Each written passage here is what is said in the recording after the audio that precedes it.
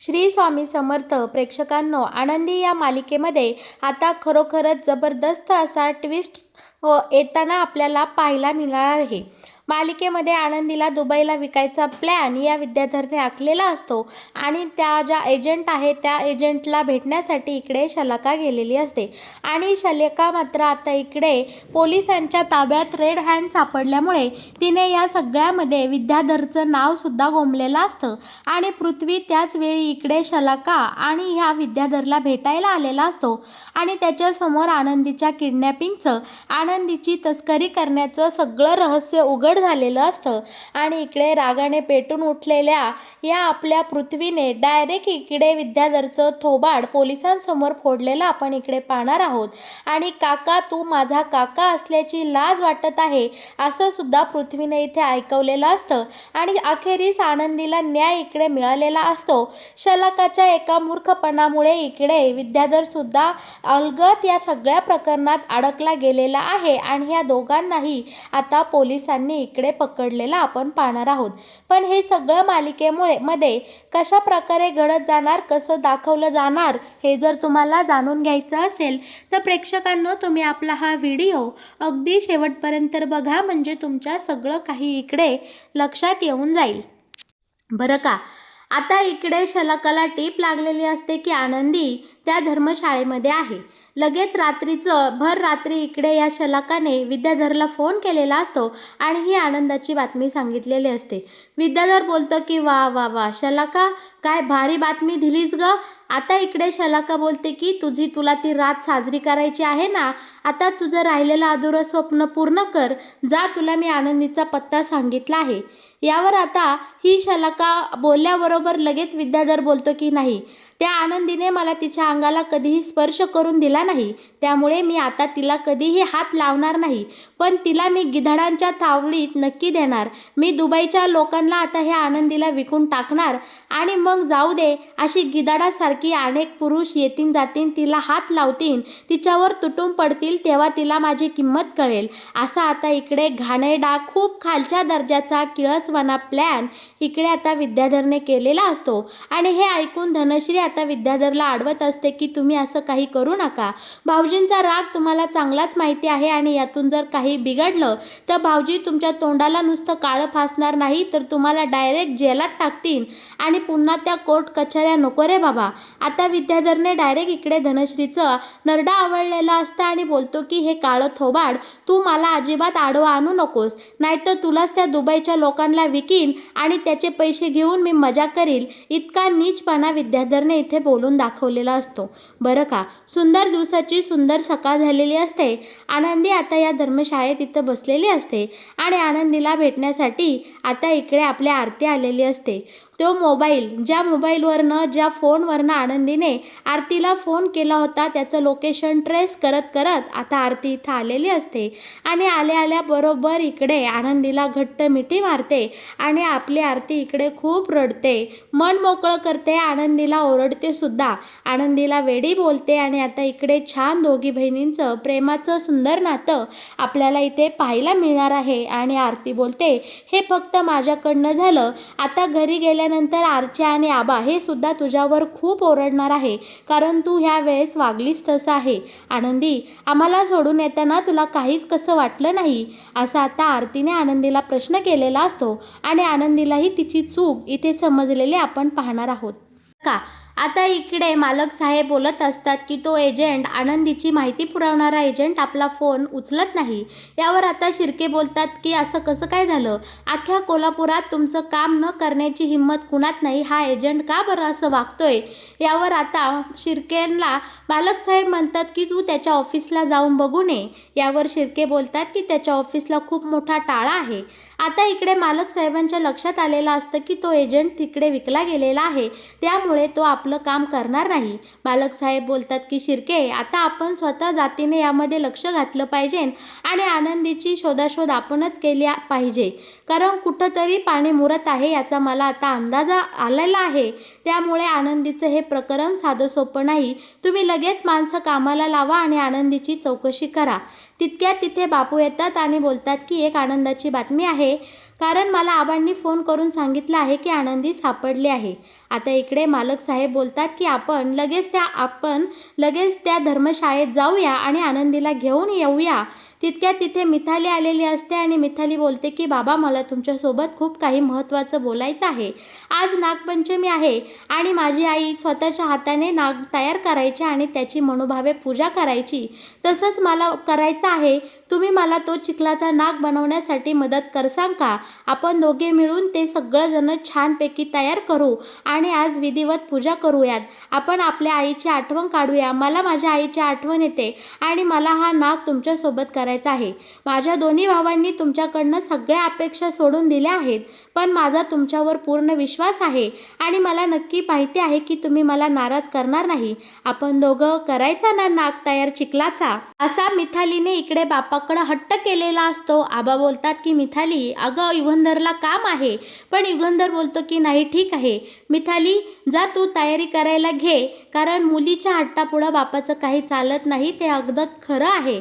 आणि इकडे मिथालीसाठी आता युगंधर चिखलाचा नाग बनवायला इकडे तयार झालेला असतो आणि मिथालीला या गोष्टीचा खरोखर खूप आनंद झालेला असतो. वडिलांनी होकार दिला या आनंदाच्या बातमीने मिथाली आता खुश होते आणि बाकीची तयारी करण्यासाठी तिथून निघून जाते. आता इथे मालक साहेब शिर्केंना बोलतात की तुम्ही पुढं व्हा, त्या आश्रमावर जाऊन आनंदीला घेऊन या, त्यानंतर आपण भेटूया डायरेक्ट थेट तिकडे ऑफिसमध्ये, असं बोलून आता इकडनं शिर्केसुद्धा निघून गेलेले असतात आणि मिथाली तिच्या कामाला लागलेली आपण इथे पाहणार आहोत बरं का. दुसरीकडे मात्र विद्याधरने आणि शलाकाने केलेला घाणेरडा प्लॅन वर्क करण्यासाठी दोघेही त्यांच्या ऑफिसला भेटलेले असतात आणि पुढची इकडे तयारी त्यांनी केलेली असते.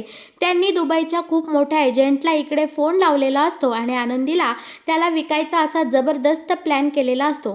शलाका बोलते की भरपूर पैशाचा चेक मागून घे, इथून पुढे आपल्याला कामं करायला लागली नाही पाहिजे, या आनंदीच्या जीवावर आपण चांगलेच मालामाल होऊयात, असं आता इकडे या शलाकाने स्वप्न पाहिलेलं असतं आणि विद्याधरसुद्धा उघड्या डोळ्यांनी हे स्वप्न पाहत असतं. आता इकडे शलाकाची माणसं आनंदीला किडनॅप करण्यासाठी तिकडे आश्रमावर गेलेली असतात.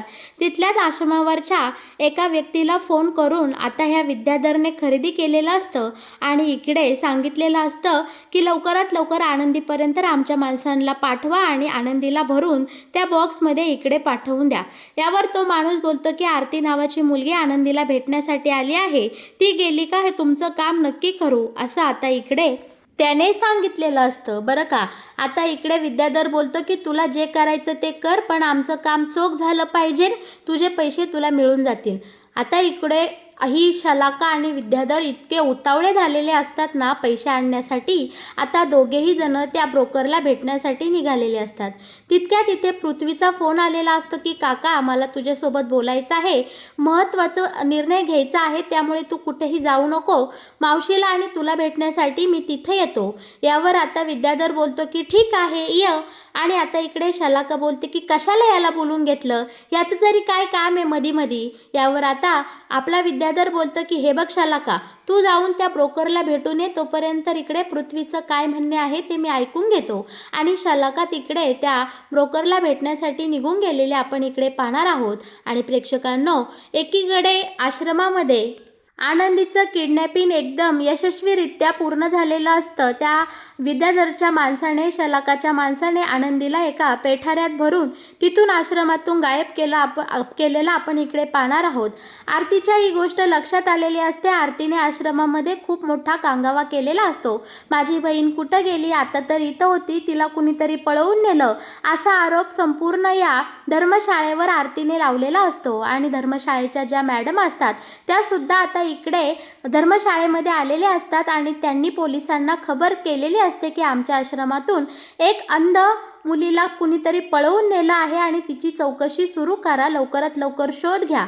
हा म्हणता ही बातमी वाऱ्यासारखी आता निंबाळकर वाड्यावर शिवाय इकडे तिकडे पसरलेली असते आणि आश्रमामधल्या ज्या काही मॅडम असतात त्या खूप कडक शिस्तीच्या असतात.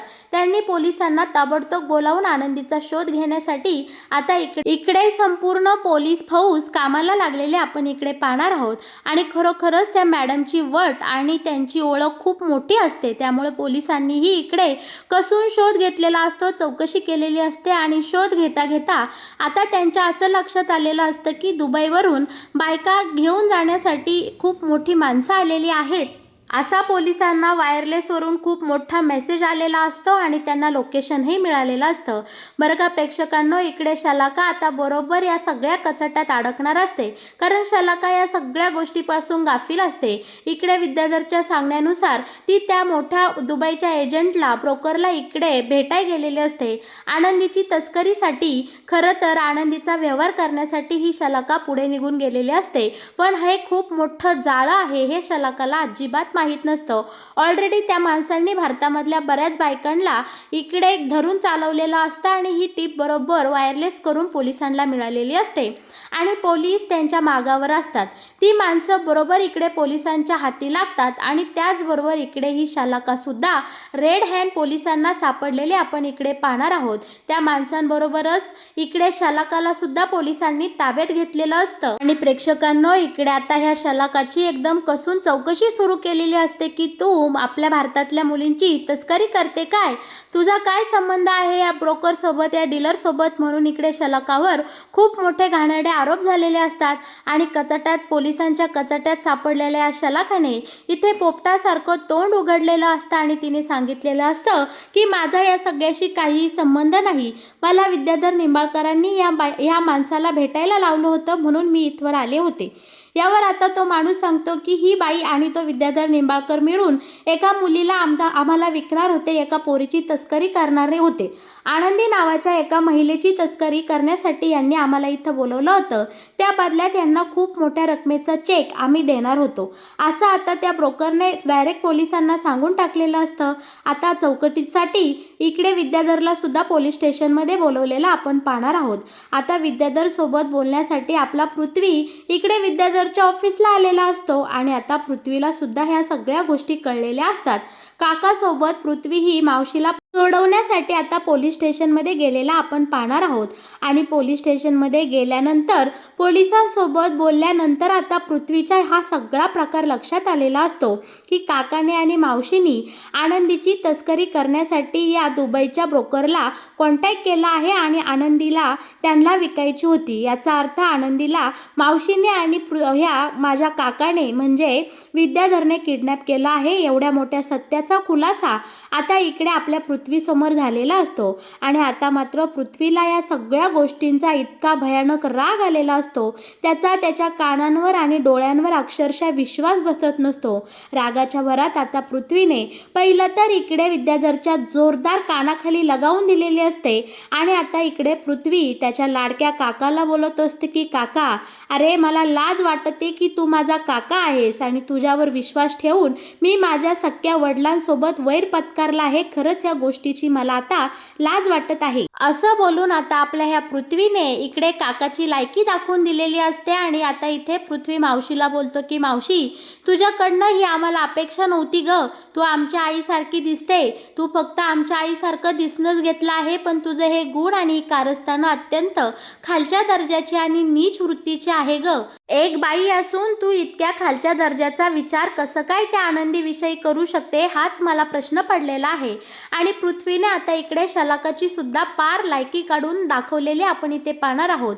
पण इकडे प्रेक्षकांनो, आपली शलाका आणि विद्याधर मात्र पोलिसांच्या कचाट्यात बरोबर अडकलेले असतात आणि आता एकमेकांना इथे जेलमध्ये ते दोष देत असतात की तुझ्यामुळं झालं असं.